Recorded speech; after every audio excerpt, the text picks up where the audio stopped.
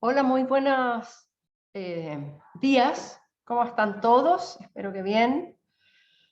Espero que hayan tenido un buen fin de semana y que hayan aprovechado de estudiar y leer todo lo que tienen que leer para esta asignatura y otras. Bien.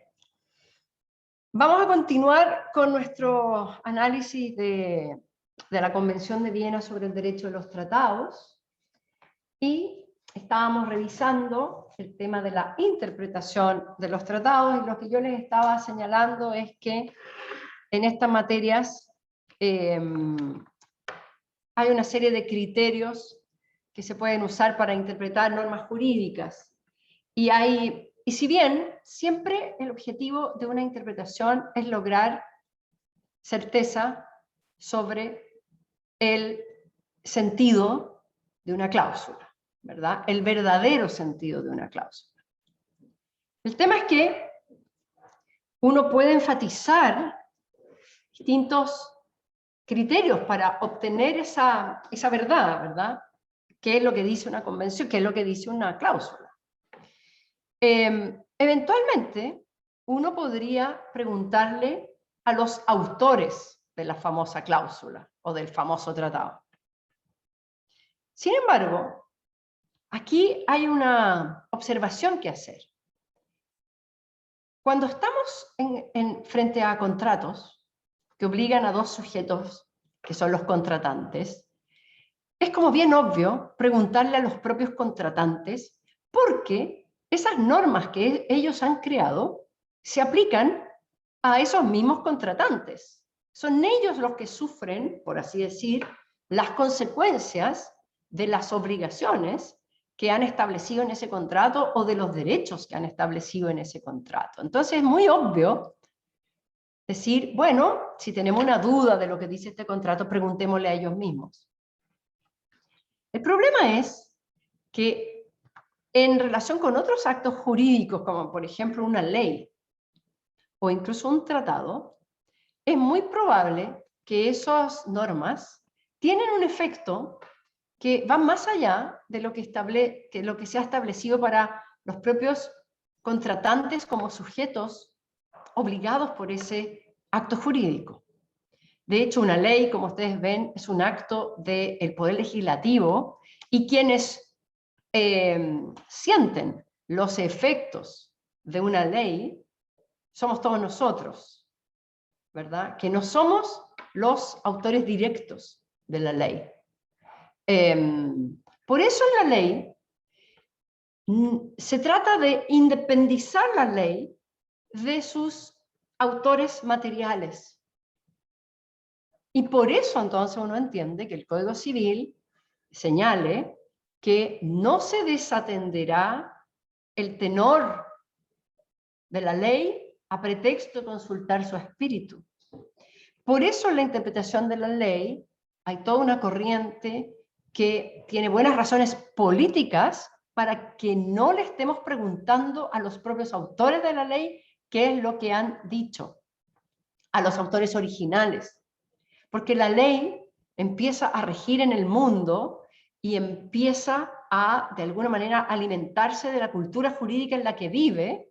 Es más, una ley puede durar muchos años. Entonces, por eso, estos buenos argumentos para no creer en el originalismo, que sería, o considerar que el originalismo no es la mejor manera de interpretar leyes. Originalismo es ir a preguntarle a los verdaderos autores. Si uno los pudiera revivir, entonces uno les podría preguntar a ellos directamente. Ahora, en el caso de los tratados, hay algo de eso también. Los tratados están ahí para regir las relaciones entre estados, probablemente tratados que van a durar muchísimos años. Y van a regir por muchos años las relaciones entre los estados. Y obviamente van a cambiar quienes negociaron, se van a morir quienes negociaron esos tratados. Entonces también podríamos decir que hay buenas razones para ser anti-originalistas. Y de hecho yo creo que la Convención de Viena refleja bien eso, porque establece que no hay que ir a preguntarle a los autores, a quien era el ministro de Relaciones Exteriores hace 50 años en Chile, para revisar la el verdadero sentido de un tratado suscrito hace 50 años atrás. Lo que señalan las reglas del artículo 31 y siguientes es que primeramente hay que estarse al texto. Y luego señala que no se va a consultar la historia de la negociación, eso es lo que se llama los trabajos preparatorios de un tratado, no se van a consultar, sino cuando exista oscuridad en el texto, pero después de aplicar otros criterios primero. Y los otros criterios son, en primer lugar, un criterio teleológico, un criterio que dice, en el fondo el intérprete dice, a ver, ¿cuál es el objetivo de este tratado? ¿Qué es lo que quería? Entonces voy a interpretar la letra de este tratado en función de ese objetivo que se quería lograr. Luego también se acepta como criterios de interpretación mirar el contexto del tratado. Pero no el contexto pasado de la negociación, sino que en el momento en que se suscribe un tratado, puede ser que las partes hagan algunas aseveraciones, algunos actos relativos a la interpretación del tratado. Por eso, el artículo 31, párrafo 2, señala una serie de cuestiones que tienen que ver con el contexto. Y entonces dice lo siguiente. En primer lugar, junto con el texto del tratado, el preámbulo del tratado, se puede tomar en cuenta todo acuerdo que se refiere al tratado y que haya sido concertado entre todas las partes con motivo de la celebración del tratado. Es decir, las partes pueden tener acuerdos interpretativos. Cuando ratifiquen, pueden tener acuerdos interpretativos. Hay que mirarlos. Eso es el contexto. Y también, como parte del contexto, todo instrumento formulado por una o más partes, con motivo de la celebración del tratado, pero aceptado por los demás como un instrumento referente al tratado. Es decir, no es que haya un acuerdo interpretativo, sino que una de las partes quiere hacer una interpretación, pero se la aceptan los demás. Entonces, de alguna manera también hay un acuerdo, solo que no es un acuerdo explícito de interpretación acordado por todos, sino que lo hizo uno, pero se lo aceptaron los demás. Bien, luego este tratado comienza a ser un instrumento aplicado entre los estados. Empieza a ser un instrumento vivo, como ustedes ven. Empieza a vivir entre los estados. Y es allí cuando tiene mucha importancia la práctica de los estados en materia de interpretación. No hay nada, yo creo, más revelador del sentido de un tratado que mirar cómo los estados realmente lo están implementando. Por eso entonces, este mismo artículo 31, en su párrafo 3, dice, juntamente con el contexto, también se pueden tener en cuenta ciertas cosas que pasan después de suscribir el tratado. Y por ejemplo dice, en primer lugar, todo acuerdo ulterior entre las partes acerca de la interpretación del tratado o de la aplicación de sus disposiciones. O sea, las partes son libres para suscribir acuerdos después de que firmaron o ratificaron el tratado sobre la interpretación. Esos son acuerdos ulteriores. Podemos decir que eso es una interpretación auténtica del tratado. Son los mismos estados que suscribieron este tratado los que después se ponen de acuerdo sobre cómo van a interpretar una determinada cláusula. Luego la letra B de este párrafo 3 dice, toda práctica ulteriormente seguida en aplicación del tratado. Esto es súper importante, ya no es un acuerdo, es una práctica. Pero es una práctica, dice aquí, por la cual conste un acuerdo de las partes acerca de la interpretación del tratado. O sea, es casi como un acuerdo tácito. Entonces, si yo veo que hay una práctica en aplicar el tratado de una determinada manera, y eso da cuenta de un acuerdo, en el fondo un acuerdo no escrito, lo voy a usar. Esto es bien relevante porque antes, yo diría hace 15 años atrás, o 20 años atrás, no había mucho tema sobre estos párrafos de la Convención de Viena, pero se han ido haciendo cada vez más relevantes porque los estados han empezado a utilizar estas cláusulas en sus juicios, en sus litigios con otros estados. Y entonces la Corte Internacional de Justicia ha tenido oportunidad de darle desarrollo a estas normas. Y no solo la Corte Internacional de Justicia, otros tribunales también. Entonces les voy a contar algunos de los casos que han llegado. Y por último, la letra C del párrafo 3, que es súper relevante hoy día, y que se ha escrito harto de esta letra C. La letra C dice, y también hay que tener presente toda norma pertinente de derecho internacional aplicable en las relaciones entre estados. O sea, entre las partes, perdón. O sea, para interpretar un tratado yo también podría mirar otros tratados u otras normas de derecho consuetudinario aplicables entre estas mismas partes. ¿De dónde viene esta idea? Bueno, esto viene de la constatación de que los tratados se mueven en el sistema jurídico internacional que existe. Y dentro de ese sistema jurídico internacional hay otras normas. Entonces, los tratados no viven no viven aislados del resto del derecho internacional. Entonces, si hay otras reglas entre las mismas partes, aplicables entre ellas, a lo mejor esas reglas me pueden dar luz sobre lo que quisieron decir los estados en una determinada materia. Supongamos que hubiera un tratado de protección de inversiones, que dice, bueno, los estados van a proteger las inversiones que hagan los nacionales del otro estado contratante en su territorio. Bueno, territorio es una palabra que admite muchas acepciones. Es importante entonces dejar claro qué vamos a entender por territorio. Territorio incluye el territorio terrestre dentro de las fronteras internacionales del país, de los límites internacionales del país, pero también territorio pudiera incluir ciertas áreas del mar, donde los estados ejercen jurisdicción. Entonces, cuando uno dice, Chile es un país marítimo, es porque Chile tiene territorio terrestre, pero también tiene un mar muy grande, una costa muy grande, y esa costa le da a Chile proyección en el mar y le da derechos exclusivos a Chile de exploración y explotación de los recursos. Entonces uno podría decir, cuando Chile habla de su territorio, incluye el territorio terrestre e incluye el territorio marítimo. Pero es importante que en un tratado tengamos súper claro qué vamos a estar diciendo por territorio, porque alguien podría decir, no, es que la palabra territorio en general se usa solo para el terrestre.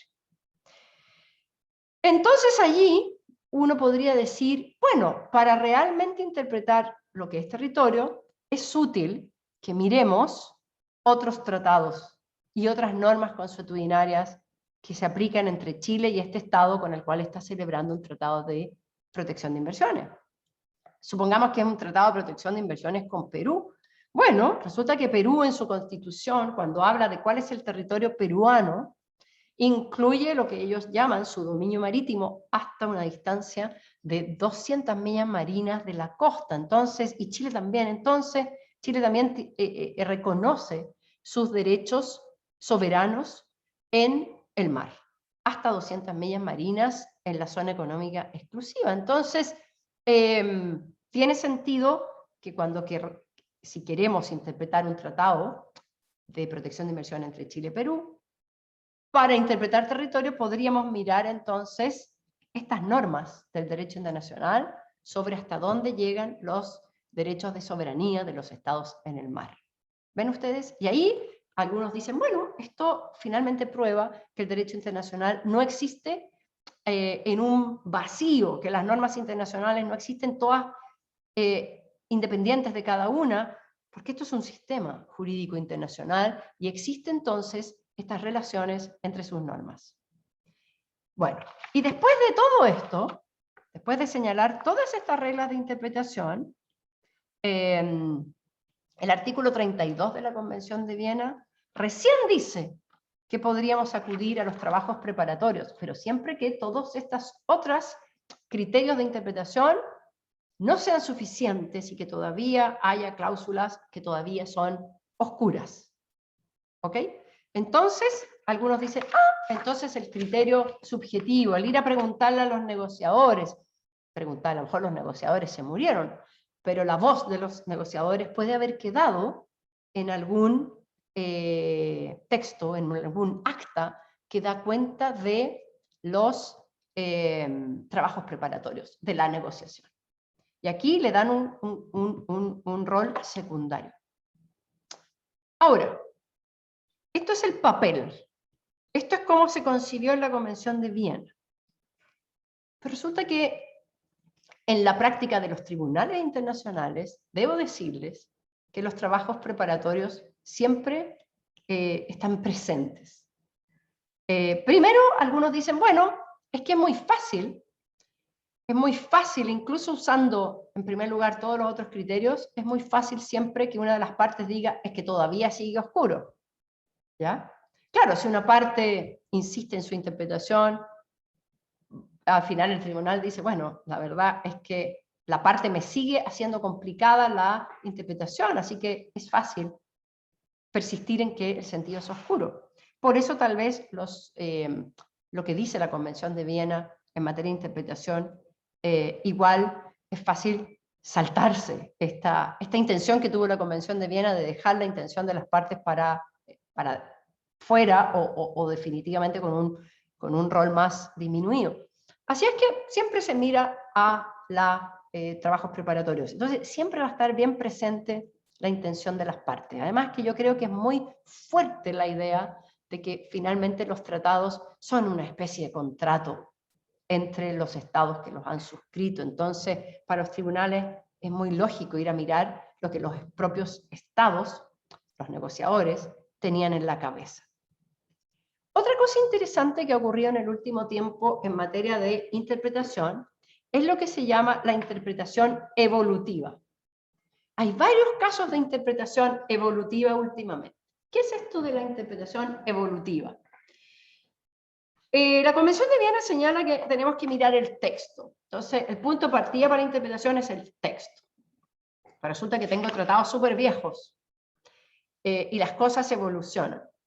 Por ejemplo, tenemos un caso recientemente resuelto por la Corte Internacional de Justicia sobre un tratado suscrito entre Nicaragua y Costa Rica.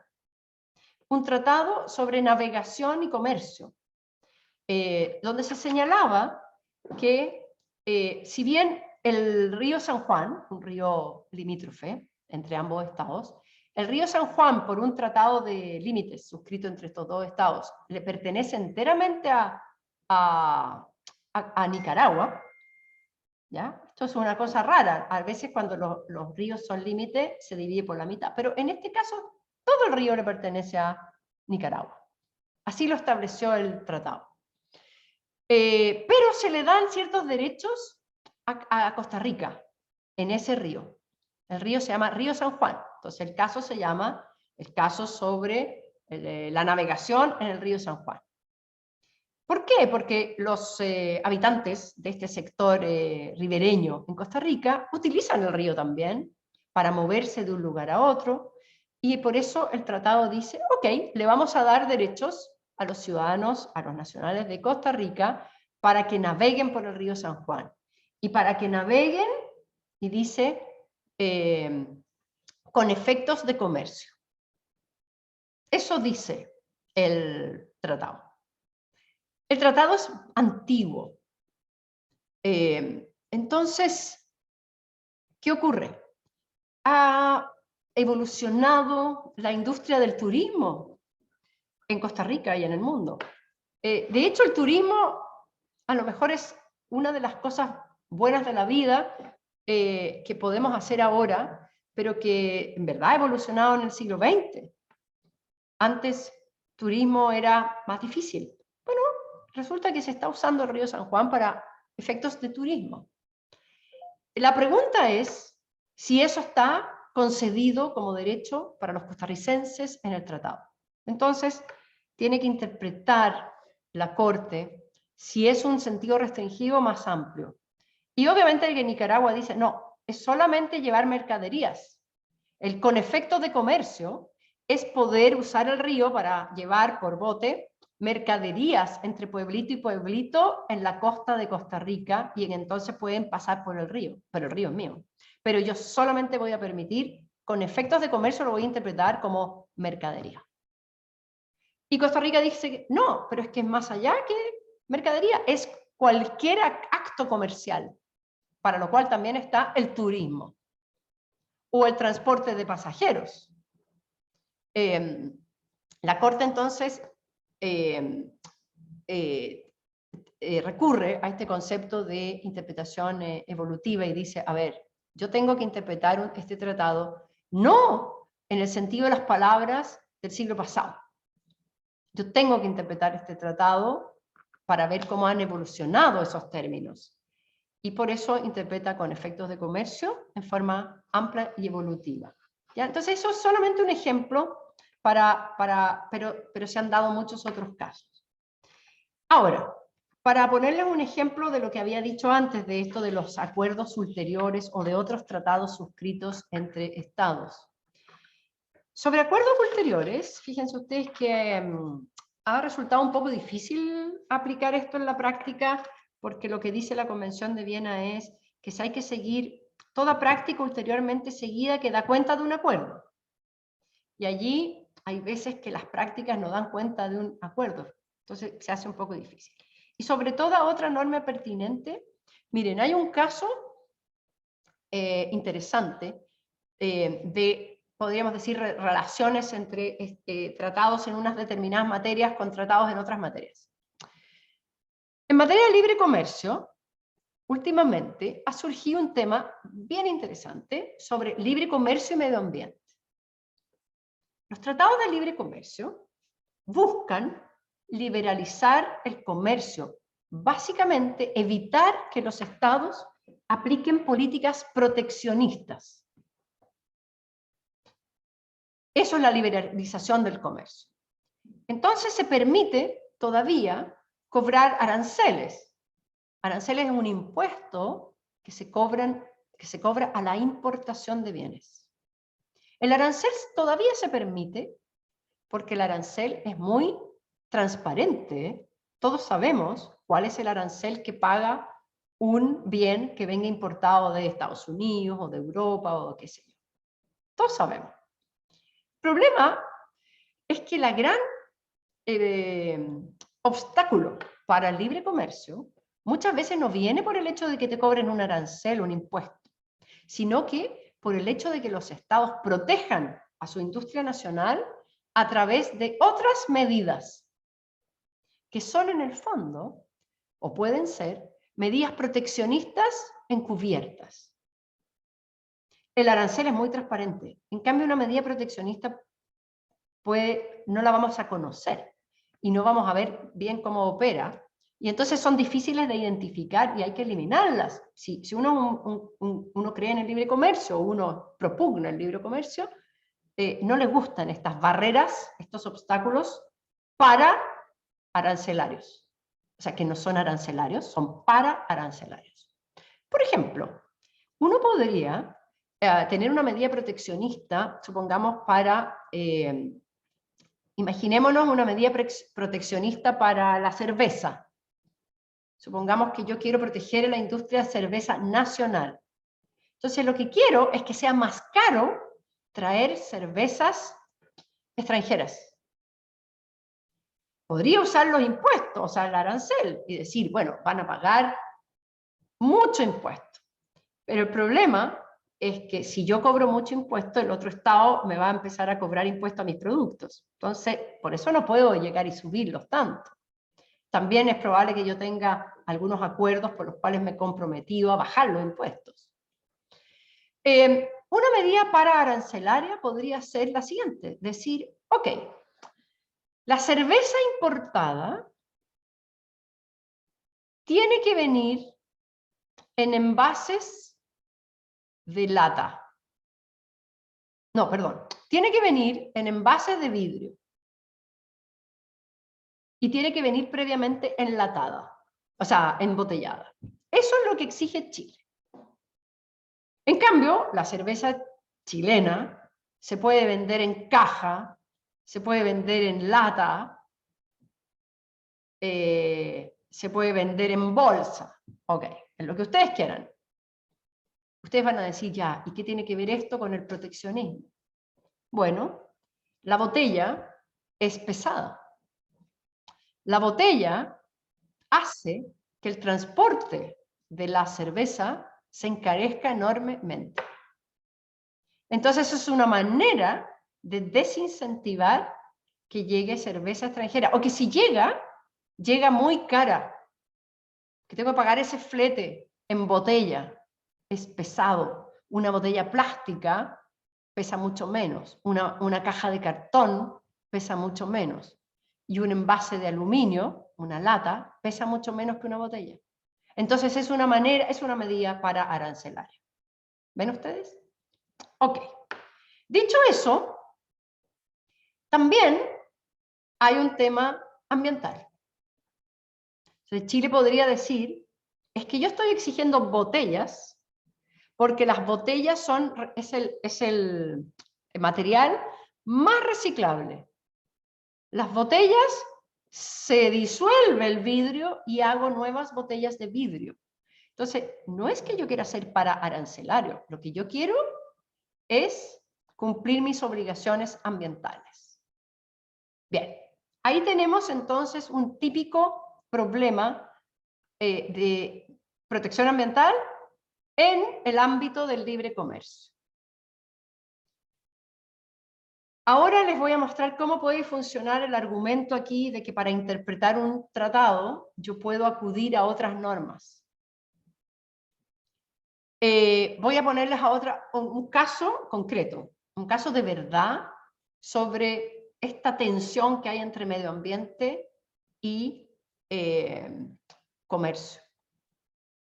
Resulta que el acuerdo, o sea, los tratados de libre comercio, básicamente el tratado madre de todos los tratados de libre comercio, que es el GATT, el Acuerdo General sobre Tarifas y Aranceles.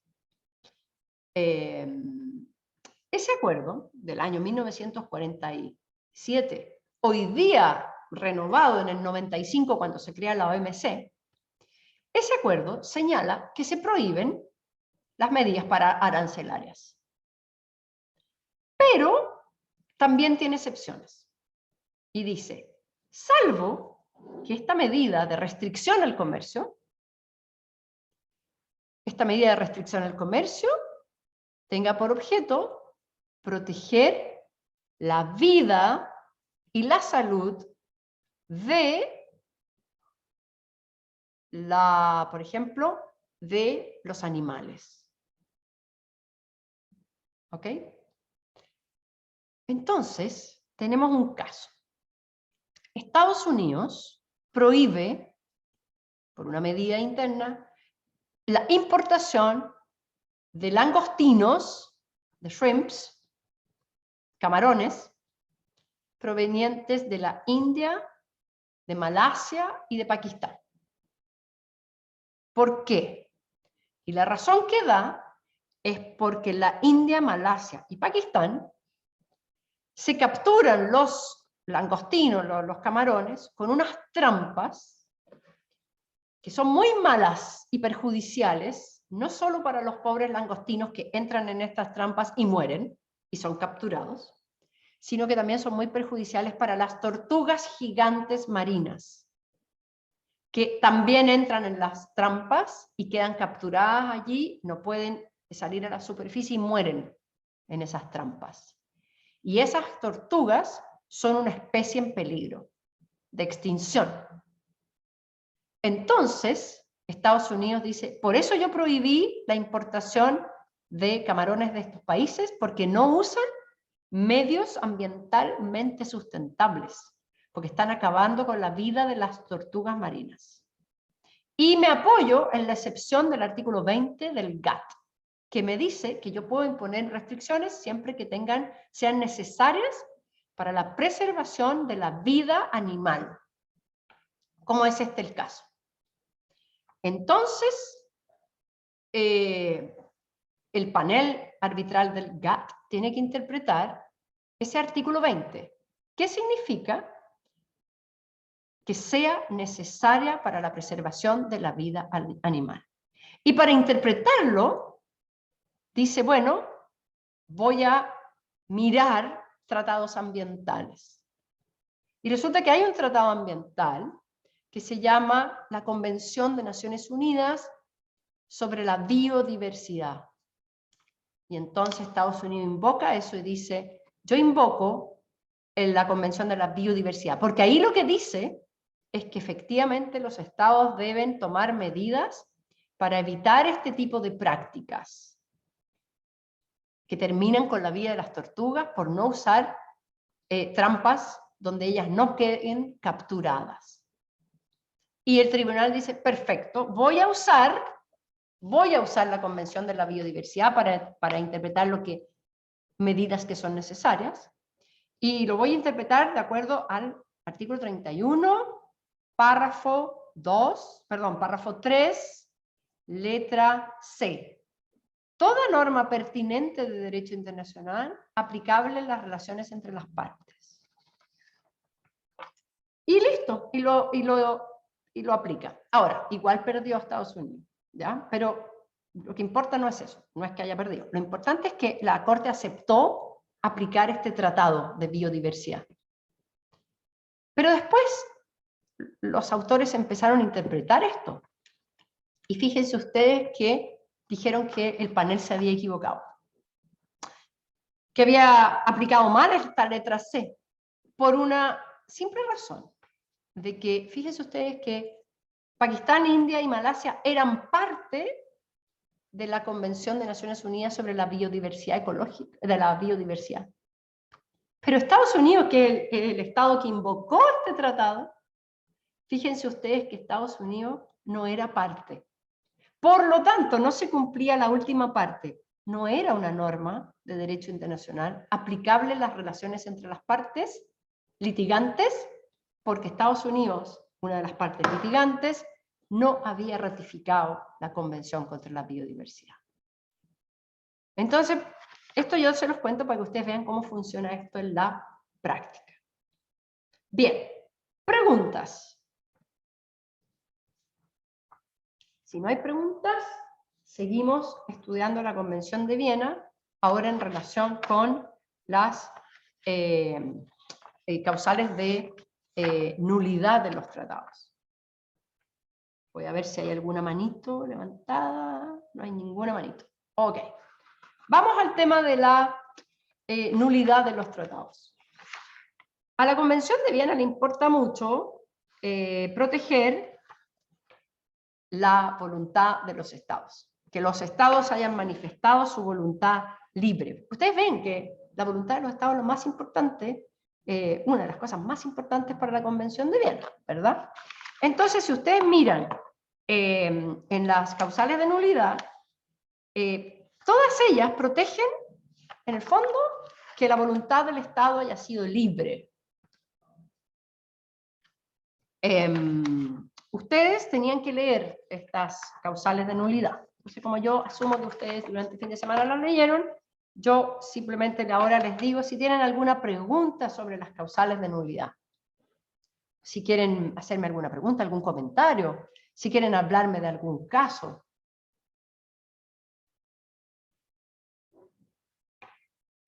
Oye, llegaron súper cansados del fin de semana, deben haber estado carreteando ilegalmente todo el fin de semana.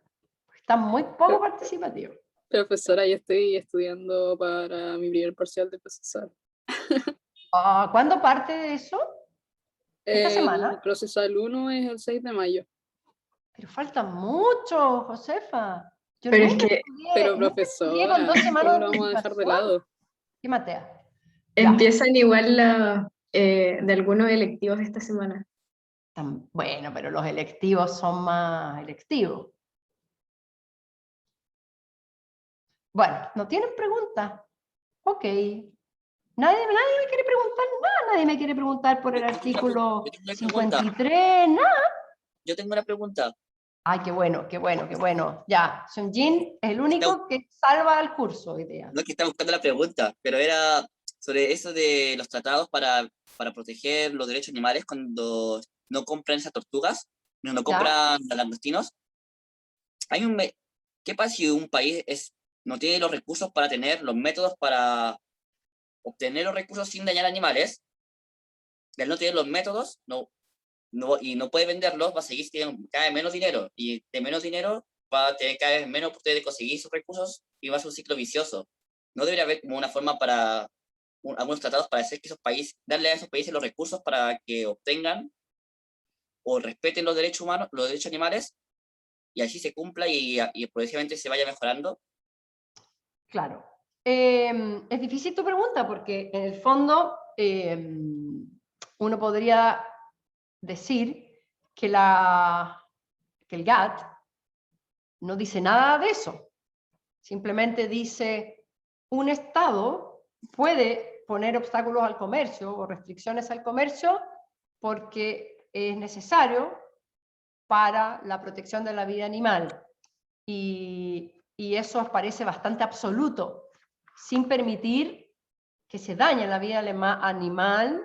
Es decir, no es porque el tratado no tiene que ver con la vida animal, simplemente dice cuál es la justificación para la restricción. Y la justificación para la restricción es de que yo miro al otro Estado y veo que tiene unas prácticas realmente destructivas de la vida animal. Listo, estoy autorizado para poner la limitación, la restricción.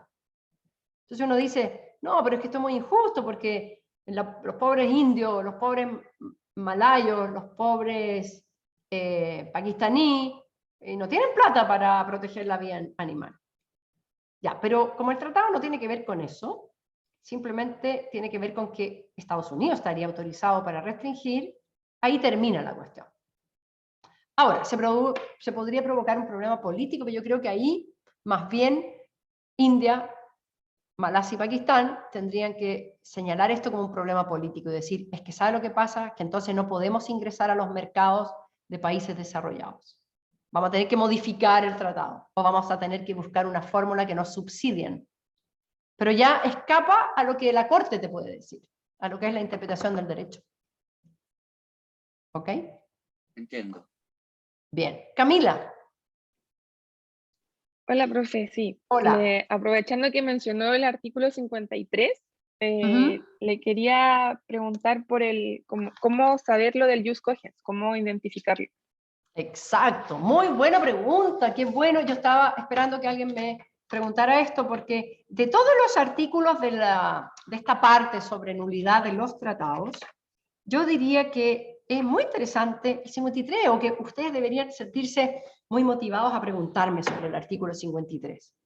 El artículo 53 habla del famoso jus cogens, que ustedes lo habrán escuchado hablar, y que yo estoy segura que les interesa mucho esto, porque en el fondo el derecho internacional, que es tan contractualista en su origen, como ustedes ven, las normas se crean por acuerdo entre los estados, es súper contractual en ese sentido, y sin embargo, aquí el artículo 53 nos dice que una causal de nulidad de los tratados tiene que ver con celebrar tratados que, a pesar de que tienen consentimiento de ambos estados, están consintiendo algo que nos parece ilícito.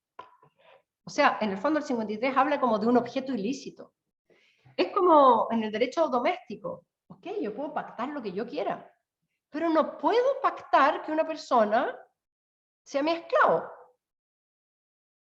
No habría objeto lícito ahí, habría un objeto ilícito. ¿Ustedes no creen que si yo me compro una persona, si una persona dice, estoy a la venta, y yo lo compro, y entonces esa persona ahora me pertenece a mí, y por lo tanto tiene que hacer y trabajar en lo que yo le diga, y pierde su libertad,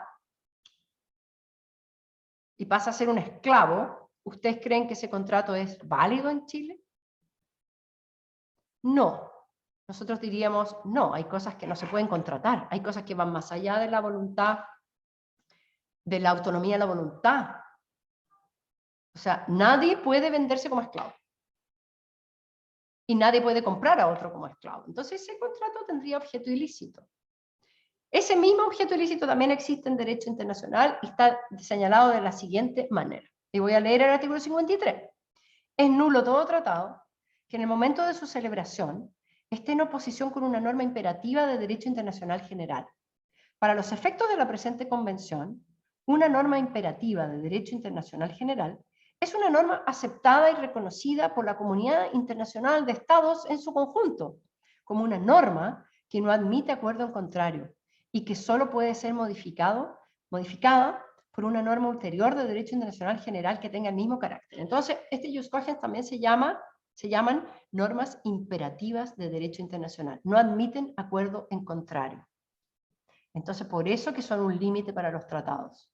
Los tratados, no puede haber un tratado sobre tráfico de esclavos, porque hay una norma superior, y esta es la única área donde podríamos decir que hay normas que están jerárquicamente más arriba que todas las otras normas, pactadas por tratados o normas consuetudinarias. Esta es la línea que no se puede cruzar. Ahora, cuando se negoció la Convención de Viena, se discutió si no era mejor, a lo mejor, tener una lista de normas que no se pueden violar por los tratados. Pero se dijo, lo que pasa es que estas normas imperativas de derecho internacional van a ir evolucionando. Es decir, en la época de Roma había esclavos. Y la humanidad fue evolucionando y hoy día está prohibido la esclavitud. Entonces, es muy probable que cosas que hoy día se permiten también, después sean incontratables, digamos, o sea, que no se pueden, indejables, que no se puede hacer dejación de ellas, y que hoy día nos parecen muy naturales. Entonces, mejor, dijeron, tengamos un concepto de jus cogens, pero no digamos qué normas son jus cogens. Entonces, obviamente hoy día hay mucha discusión de qué normas son jus cogens. Como ustedes ven, son normas superiores del sistema, son un límite a la autonomía de voluntad de los estados. No pueden pactar contra ellas. Y si ustedes me preguntan a mí, bueno, ¿y qué normas son de jus cogens? Y la verdad es que son pocas. Son pocas. Y los criterios que se dan aquí para establecerlas son los siguientes. Dice que son normas que no admiten acuerdo en contrario, ¿ok? Y que son normas que son aceptadas y reconocidas por la comunidad internacional de estados en su conjunto. Entonces, fíjense ustedes que para el artículo 53 lo que importa son lo que piensan los estados. Son los estados los que tienen que reconocer y aceptar esas normas como normas de jus cogens. No nosotros, los seres humanos, no las ONG, no los tribunales de justicia internacional, no, los estados. Entonces dice, tiene que ser reconocida por la comunidad de estados en su conjunto. Ahora, no por todos, no tiene que ser unánime, pero tiene que ser un buen número como para decir, mira, hay 4 que siguen sosteniendo que se puede tener esclavos. Lo importante es que el conjunto señala que no se pueden tener esclavos, que eso es ilegal. Entonces, yo les voy a decir ahora normas que casi todo el mundo está de acuerdo en que son normas de jus cogens. En primer lugar, la prohibición de la esclavitud. El tráfico de esclavos va asociado. 2 o 3, la discriminación racial. Fíjense ustedes que hasta hace, probablemente todavía hay muchos estados por ahí que tienen discriminación racial. No me refiero a la discriminación estructural, porque si es por eso, Chile también tiene discriminación racial estructural. En Chile se discrimina a las personas indígenas. En Estados Unidos se discrimina todavía a las personas de raza negra. Si no, no estarían las cárceles como están, ¿verdad? Eso es discriminación estructural.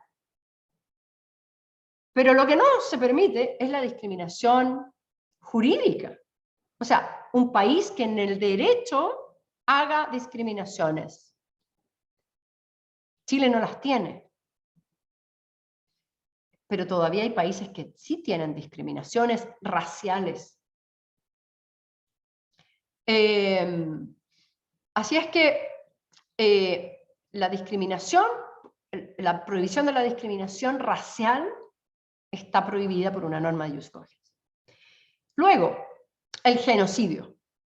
No pueden dos estados contratar y decir, oye, entre nosotros, permitámonos cometer genocidio contra esta parte de la población que no nos gusta.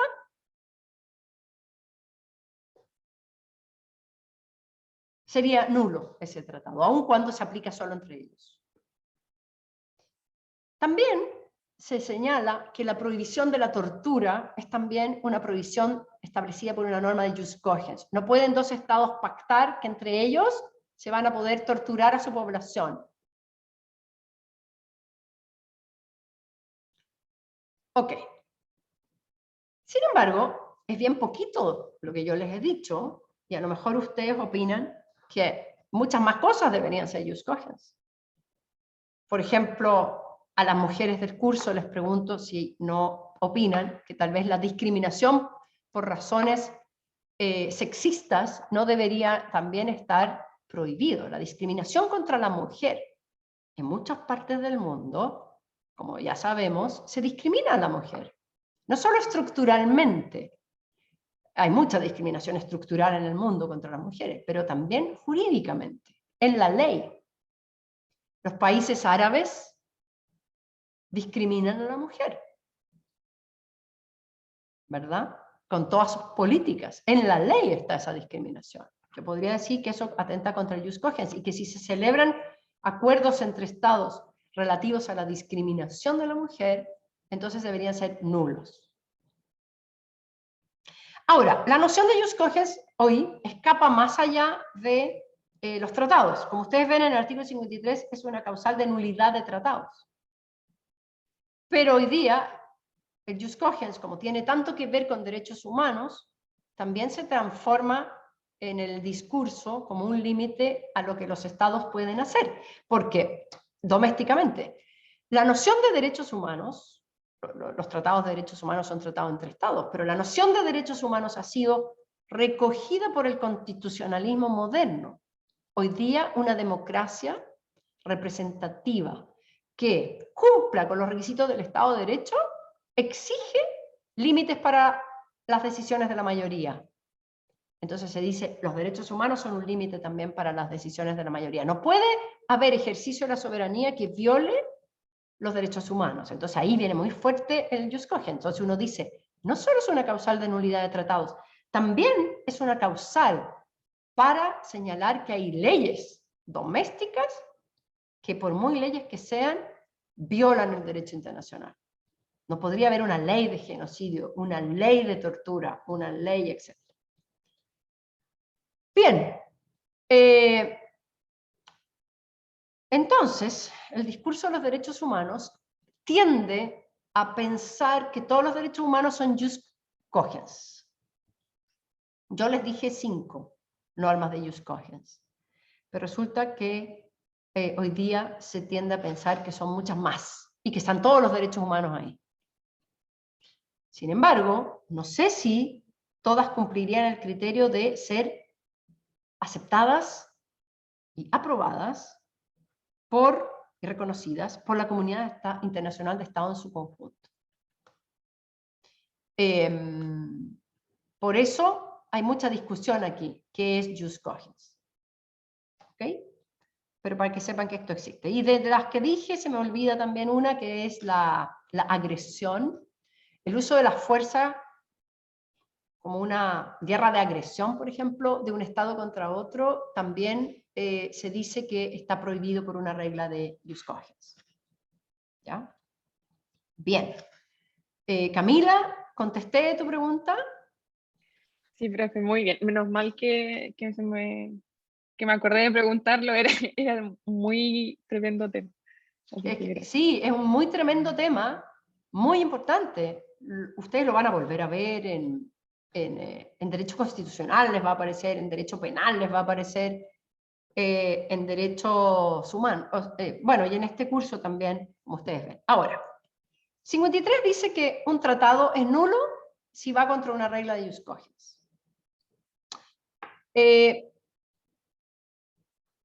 Pero la regla de ius cogens tiene que existir al momento de celebrar el tratado. Entonces, la gran pregunta sería, ¿y qué pasa si se celebró un tratado en 1700, cuando todavía había tráfico de esclavos entre los países europeos y Estados Unidos, y había vendedores de esclavos, etc.?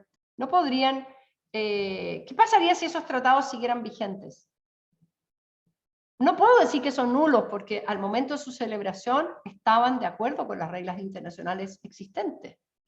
Entonces, para solucionar ese problema, la Convención de Viena, en las reglas sobre terminación de los tratados, en el artículo 64, habla del ius cogens emergente. Es decir, el tratado era válido. ¿Qué pasa si después se crean reglas de ius cogens nuevas? Y allí las pone como una causal de terminación. Entonces el 64 dice, si surge una nueva norma imperativa de derecho internacional general, todo tratado existente que esté en oposición con esa norma se convertirá en nulo. No dice termina, no más, dice se convertirá en nulo y terminará. Entonces, el tratado ya no va a seguir existiendo, pero además dice se convertirá en nulo. ¿Qué significa ese se convertirá en nulo? Es un efecto retroactivo de la nulidad, ¿ya? Entonces, en el fondo es decir, ok, en estos casos, en este caso en particular, esta terminación en el fondo va a tener efecto retroactivo. Eso es lo que está diciendo. Y eso significa intentar eliminar en todo lo posible los efectos de ese tratado de ahora en adelante. Por lo tanto, si se vendió un esclavo en el 1700 y supongamos que ese esclavo sigue viviendo, para poner un caso hipotético, tiene que recuperar su libertad inmediatamente. ¿Ya? Bien. Ahora vamos a continuar, ya que nadie más tiene preguntas, igual por su cuenta tienen que estudiar nulidad, vamos a ver la terminación de los tratados. Los tratados, como todas las cosas en el mundo, nacen, viven y mueren. ¿Ya? En ese sentido, hay que preocuparse y regular la vida de los tratados. Y hay que preocuparse de ver cómo terminan. Y la norma que da la Convención de Viena es la norma de siempre. La norma de siempre es, bueno, mire, para ver la regulación de los tratados, para ver cómo viven y cómo terminan, mire lo que dice el propio tratado. Obvio, porque los estados pueden ya haber previsto que su tratado va a tener una vida determinada, que no va a ser para siempre. Entonces, por eso, en los artículos sobre la terminación de los tratados, son los artículos 54 y siguientes, lo que dice la regla es la terminación de un tratado o el retiro de una parte. Dice retiro porque terminación se usa más bien para los tratados entre pocos estados, entre dos. Pero retiro se usa para los multilaterales, porque el tratado puede seguir viviendo o existiendo con el resto de los estados parte y solo uno se retira. Entonces dice, la terminación de un tratado o el retiro de una parte podrán tener lugar conforme a las disposiciones del tratado. O sea, el propio tratado puede regular esta cuestión. O, en cualquier momento, podría un estado retirarse, pero para eso va a necesitar, si no lo dice nada el tratado, va a necesitar el consentimiento de los demás estados. ¿Ya? Pero además, estas podríamos decir que son causales que están tratadas en el propio tratado. ¿Ya? Pero además, también podría ser que el tratado permita la denuncia o el retiro. O podría ser que el tratado es un tratado que establece un plazo, ¿ok? Son todas causales que están en el mismo tratado, reguladas por el mismo tratado. Para nosotros lo que más nos interesa no son esas, porque para aplicar esas ustedes leerán el tratado y lo aplicarán. Para nosotros nos interesa sobre todo las causales de terminación exógenas, las que están fuera de la voluntad de los estados. Y por eso les pido que lean entonces los artículos 59 y siguientes de la Convención de Viena. ¿Ya? Y esto lo vamos a seguir estudiando entonces mañana martes, y para eso necesito que traigan leído el caso Kapchikovo y lo traigan subrayado. Voy a tratar de que sea una clase un poquito más amena y les voy a hacer hartas preguntas, ¿ya? Entonces, léanlo, es un caso interesante, subrayen las causales de terminación que se invocan en ese caso. Van a ver que es súper interesante el caso y además de interesante es una muy buena manera de aprender y ver cómo se aplican en la práctica las causales de terminación. Ok, nos vemos, chiquillos, nos vemos mañana. Profe, ¿Sí, Camila? una pregunta, sí. Cuando mencionó el artículo 64, como que al aparecer una nueva norma imperativa, ¿se puede tomar como que es una especie entonces de derogación tácita o algo así? Que como aparece otra, ¿se elimina la que va en contra técnicamente? Claro. Las reglas de jus cogens tampoco son pétreas, pueden ir cambiando. Y entonces por eso las reglas de jus cogens, que la verdad la naturaleza de las reglas de jus cogens, algunos la discuten porque dicen que no es una simple norma de costumbre. Entonces, ¿se acuerdan al principio del curso que dijimos que el derecho internacional hoy día acepta la existencia de ciertos principios básicos de naturaleza como constitucional? Son como los pilares sobre los cuales se construye todo el sistema y que dentro de esos pilares hay reglas que las vamos a dar por hecho. Bueno, dentro de esas reglas que vamos a dar por hecho que existen, hay algunas que no son de jus cogens, como el principio de responsabilidad, como el principio pacta sunt servanda, pero son importantes para la existencia del sistema. Pero además hay unas que son de jus cogens. Y dentro de esas dicen, bueno, la prohibición del genocidio es una regla tan básica para la supervivencia de la humanidad y para la moralidad de este sistema internacional que la vamos a dar por básica, supuesta. Perfecto.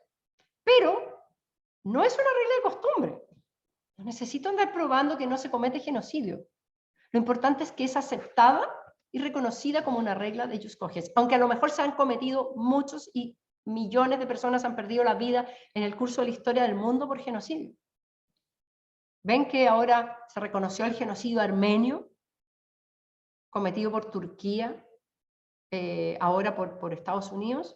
Para que vean ustedes que nuestra humanidad está llena de genocidios. No es solo el genocidio cometido por Alemania en contra del pueblo judío. Está lleno de genocidios. Bueno, en Latinoamérica, ¿ustedes creen que lo que le ha ocurrido a los pueblos indígenas no fue genocidio? Bueno, entonces, la idea es, ¿qué pasa con nuevas normas de jus cogens? Como no son reglas de costumbre nada más, esas reglas se van a ir creando con el tiempo nuevas reglas, y no es necesario que yo descubra que hay práctica reconocida como derecho, que tiene ¿cómo se llama? Opinio juris, etc. Sino que lo que tengo que ver es que con el tiempo empiezan a evolucionar. Entonces, más que una derogación tácita, porque no es que estén derogando nada, sino que surge la nueva regla. Y esa nueva regla ahora está en contradicción con un tratado. Entonces, tú podrías decir, es derogación tácita del tratado. ¿Ya? Pero sí, sería correcto verlo así, y más encima tiene mayor jerarquía. ¿Ya? Entonces no es una simple aplicación del lex posterior deroga anterior. Y por eso, no es solo que termina, sino que también trata de borrar todos los efectos anteriores de ese tratado que hoy día es contrario a una regla de jus cogens. ¿Ok? Ya. Sí, gracias, profe. Bien, Camila, muchas gracias por tus preguntas. Debo decir que salvaste al curso con tus intervenciones, ¿ya? Porque el curso estaba muy dormido hoy día. Mañana entonces espero que estén más activos, ¿ya? Bien, lleguen con entusiasmo, tomen un buen desayuno mañana. Chao. Chao, profe, que esté bien. Chao, profe. Chao, gracias. profe, gracias, Chao, cuídense. Profe, Chao, que esté cuídense bien. ustedes también.